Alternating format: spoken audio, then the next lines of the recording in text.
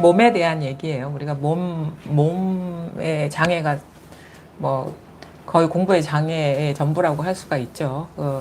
내가 따로 있다, 내 몸이 따로 있다라는 그 의식 때문에 그 공부가 이렇게 밝아지지 않는 면이 있는데, 그러니까 결국은 이렇게 공부를 하다 보면 모든 장애의 원인은 자기라는 어떤 독자적인 존재가 있다라는 그 고정관념인 것 같거든요. 근데 그게 이제 고정관념이라는 거죠. 관념이라는 거고, 이제 여기서 몸의 장애라는 것도 이게 나의 몸, 나의 몸이다. 그러니까 주인이 있는 몸이다. 이런 의식이 그 모든 삶에서 이제 그 장애가 되고, 그게 내가 있으면 내가 아닌 게 생겨버리니까 이원성으로 이렇게 사로잡히게 되는 거거든요. 그래서 그 나와 대상이 있고 이것저것이 따로 있음으로 해서 일어나는 것들이 갈등인 거예요. 우리가 번뇌라고 하는 거는 잘 보면은 뭐 내가 뭐 자식이 번뇌다, 남편이 번뇌다, 이거는 좀 표면적인 표현인 거고, 내가 있고 내가 아닌 게 있고, 그러니까 분리가 있기 때문에 우리가 두 개가 있다고 치면 둘 사이에 부딪힘이 있고 관계 형성이 있고 연결이 있고, 아니면은 이게 둘이 따로 존재하기 때문에 각자가 이렇게 또 생각이 다르고 또 상황에 따라서 이게 또 변하거든요. 그래서 요 둘이 있기 때문에 생기는 것들이 모든 우리가 살아가면서의 장애인 거고, 이제 법을 바르게 보지 못하게 하는 그 원인이거든요. 그래서 결국 이제 불교에서 말하는 건 뭐 아공, 법공 이렇게 얘기를 하죠. 그러니까 나라는 것도 없고 내가 상대하는 법이라는 것도 없다. 그래서 아공, 법공이 우리가 살아가고 있는 이 세계의 실상이다라는 게 이제 근본적인 이제 가르침의 어떤 그 방편적인 언어인 거예요. 요 불교라는 게 어떤 건지를 뭐 아공, 법공 내지는 뭐 색즉시공, 공즉시색, 뭐 불이법, 이게 다 같이 연결되고 법이 밝아지면 소화되는 그런 방편의 말들이죠. 근데 이렇게 어떤 불교의 어떤 핵심적인 가르침이다라고 우리가 알아서 이걸 깨치지는 못해요. 요게 되게 공부 과정 중에 건너뛰기 어려운 부분이기도 한 게, 이것도, 그러니까 불이법이다, 아공법공이다, 색즉시공, 공즉시색이다라는 것도 결국은 극복해야 될 단어라는 거를 사람들은 모르죠. 그게 진짜 우리가 불교를 어떤 지식으로서 공부를 하느냐, 자기 현실이 어떤 불법으로서 밝아지느냐의 차이는 이런 것 같아요. 그러니까 우리는 누누이 불교나 아니면은 궁극적인 가르침에 대해서 많이 배우고 듣지만, 거기에서 핵심적인 가르침들이 뭐 색즉시공, 공즉시색, 불이법, 바로 이것조차도 마찬가지죠. 근데 이게 남아있으면 그 방편의 말이 가리키는 그 가르침에 통하지 못한 거라는 이 아이러니. 근데 대부분의 사람들은 공부하겠다고 마음 먹으면 일단은 책부터 읽고 법문부터 듣고 언어를 통해서 접하거든요. 그러면 그 언어가 어떤 정리되는 게 있을 거예요. 뭐 듣다 보면 불교란 이런 거구나, 정리되는 게 있는데, 이게 불교는 아니라는 거지. 실질적으로 진짜 불교는 이 현실이 이렇게 드러나야 되는 거예요.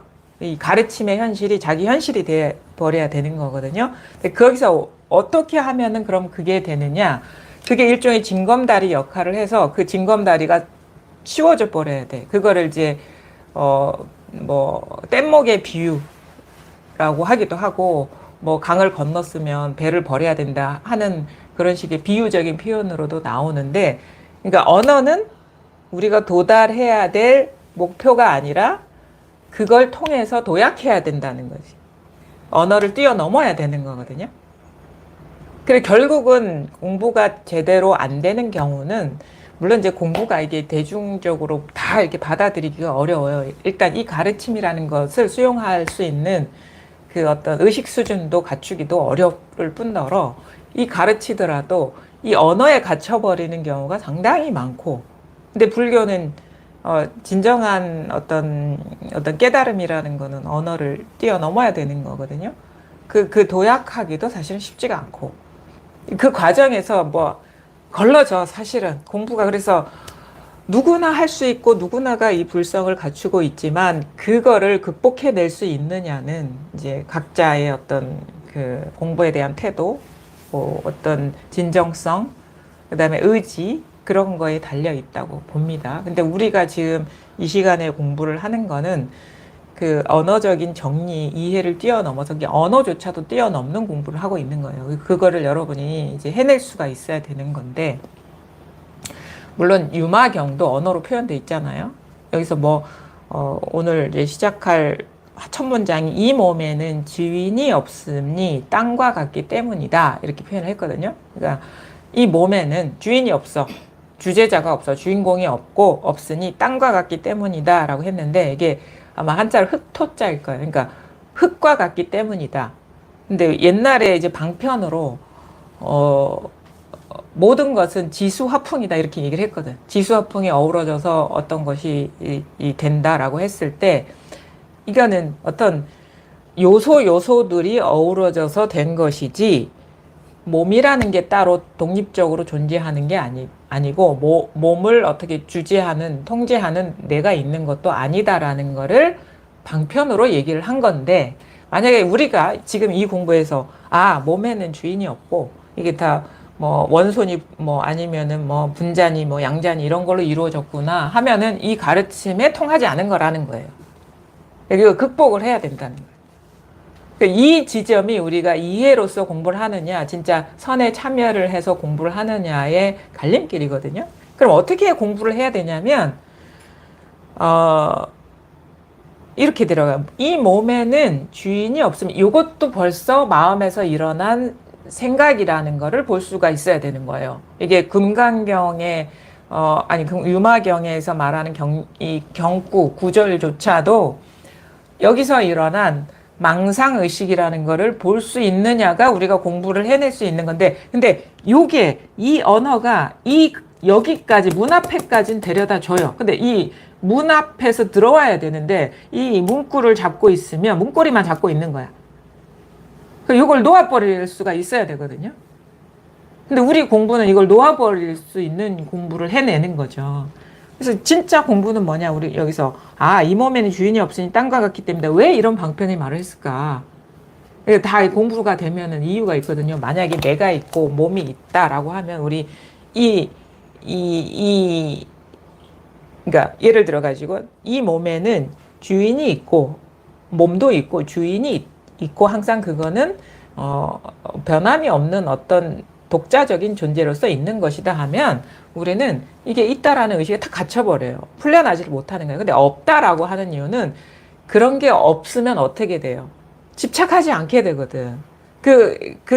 그것이 따로 있지 않다라는 거를 깨달아 버리면 이 문장이 의도하는 바에 통하게 되는 게 뭐냐면, 따로 없구나라는 이해가 있으면 우리 이게 마음이 어떤 속성이거든요. 이게 진짜가 아니구나 싶으면 집착 안 한단 말이에요. 이게 뭐 진짜다 싶으면 마음이 여기 사로잡혀, 이게 마음의 속성인 거예요. 이게 마음의 성질이다 이거지. 이게 있어. 이게 뭐 진짜 뭐 보석과 같은 거야 라고 진짜 값어치가 어마어마한 거고 이건 항상 있는 거야 라고 하면 마음이 딱 달라붙어 버려요. 착하게 돼요. 근데 이게 있는 게 아니고 그냥 이렇게 시각적인 요소, 감각적인 요소, 뭐 아니면 이름이 붙여져서 이렇게 있는 것이지 따로 존재하는 게 아니야 라는 그런 방편의 말을 들으면 일단 착이 떨어져 나간단 말이에요. 착이 떨어져 나가면, 착이 떨어져 나간 상태는 무기에 빠진 거예요. 근데 이것이 공부라고 하면 안 되고 여기서 지혜가 열려야 되는 거예요. 왜냐하면 이게 착이 이게 없어에 빠져버린 거거든요. 없어라는 것도 사실은 하나의 어떤 치우친 견해인 거라는 거죠. 근데 진짜 이 말이 의도하는 거는 없다라는 단정적인 그 어떤 센텐스가 아니라, 문장이 아니라, 딱 보니까 이게 마음에 집착하지 않으면 저절로 그런 눈이 열려버려요. 지혜의 눈이라고 하죠. 반야심이라고 하는데, 반야지가 열리면서 이게 따로 있는 것도 아니고 없다라는 것도 생각이구나라는 이 양변을 버릴 수가 있어야 되는 거예요. 양변에서 깨어나야 되는 거예요. 근데 문장이라는 거는 반밖에 표현을 못 하는 거예요. 언어라는 건. 집착해 있는 중생들을 위해서 없다라고 얘기하는데 진짜 부처가 되려면 있다와 없다 두 가지가 망상이라는 걸 깨달아서 거기서 해탈해야 되는 거예요. 자유로워져야 되는 거거든요. 그게 진짜 우리가 하는 공부라는 거예요. 그러니까 이 어떻게 보면 경전의 그 말이 마지막 우리가 의지해야 될 말인데 여기서도 이 언어도 극복을 해야 된다는 거지. 근데 많은 경우에 있다라는 대부분의 중생은 있음에 갇혀 있는 것이고 대다수의 공부인들은 없음에 갇혀 있어요. 그러니까 공부인이지. 공부를 하고 있는 사람이죠. 근데 제대로 된 그 어떤 가르침에 통하려면 여전히 공부만 하고 있으면 안 되는 거예요. 그거를 이제 뛰어넘을 수가 있어야 되는 거죠.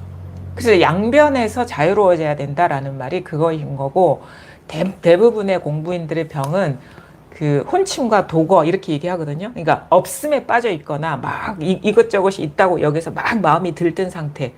마음에 아주 생명력이 없이 죽어 있거나 없다라는 거에 갇혀 있는 공에 빠져 있거나 막 이것저것이 있어서 막 거기에서 취사 선택한다고 바쁜 이 상태에 빠져 있는 거다. 근데 요것 둘 다가 아직 공부가 부족한 상태입니다. 그럼 공부가 분명해진다 하면은 이런 경전의 말이 그게 뭐 어떤 객관적인 사실이다라는 의식이 없어요. 아, 내가 이 실상을 깨닫게 하기 위해서 이런 표현을 했구나. 이런 다른 표현보다도 더 여기에 가까이 데려다 주려고 이런 식의 표현을 했구나. 그게 바로 방편의 말이라. 방편의 말에서 우리가 극복이 돼야 되는데 어떻게 극복해야 되느냐? 이 말을 쓴 이유를 알면서 여기서 놓여놔야 되는 거예요. 그렇게 돼요. 공부가 되면. 아, 이렇게 말을 한 이유가 납득이 되면서 이 말을도 남아있지 않게 돼야 되는 거예요. 그게 방편의 말, 그러니까 설법이 그 어떤 효용이 다하는 순간인 거예요. 그러니까 효용이 다해야 돼요. 여전히 들고 다니면 안 되는 거예요, 그게. 그거는 자유가 아니지. 그러니까 세상에 갇혔다가 이제 법문에 갇혀버리는 상태에 빠져버리면 안 되죠. 해탈하려고 공부를 하고 자유로워지려고 공부를 하는데 세상의 언어에 갇혔다가 이제는 법문에 갇혀버리는 감옥만 옮겼을 뿐인 거예요. 그러니까 감옥만 옮기고 공부가 됐다고 생각하는 사람들이 많다 이거지. 근데 감옥에서 해탈하는 거거든요. 그래서 세간과 출세간에서의 해탈 이렇게 얘기를 하잖아요. 그러면은 우리가 공부를 했다라는 흔적이 남아있으면 안 되는 거예요. 청정심이라는 건 그거예요. 청정하다라는 거는 그 공부 과정에 받아들인 어떤 분별 의식조차도 남아있으면 그건 오염된 마음이고 거기서 벗어나야 된다. 그게 마음 공부다라고 정리를 할 수 있어요. 그러면 우리는 어떻게 공부를 해야 되냐? 아주 간단하죠. 이게 어려운 표현을 했지만 우리의 공부는 뭐냐면 그럼 뭐냐? 망상이다 그러면 봐주면 안 돼. 그게 바른 표현이든 바르지 않은 표현이든 이치에 맞는 표현이든 이치에 맞지 않은 표현이든 그거를 잡고 있으면 공부 안 하겠다는 얘기밖에 안 되는 거예요. 그러니까 스스로가 망상인 줄 모르고 갇혀 있는 거는 그거는 어쩔 수가 없어요, 현실적으로. 근데 공부하겠다는 마음을 갖고 법문을 듣다 보면 그 법문의 그 말을 정리하는 게 아니라 이 사람이 말하고자 하는 의도에 통할 때가 있거든요. 그러니까 의도에 통해야 되는 거예요. 이 사람의 마음에 통해야 되는 거예요. 그럼 거기 통한다는 건 뭐냐면 자기 스스로가 그렇게 행하고 있어야 되는 거예요. 그 뭐냐, 이 말하고자 하는 사람의 의도는 모든 망상이 따로 있는 게 아니고 그것이 존재하는 것도 아니고 그거는 그냥 망상일 뿐이다. 허망한 것이다. 그 모든 생각이나 언어적인 규정이나 어떤 상 같은 것들은 지금 이게 즉각 이렇게 마음에서 일어난 분별 의식일 뿐이다.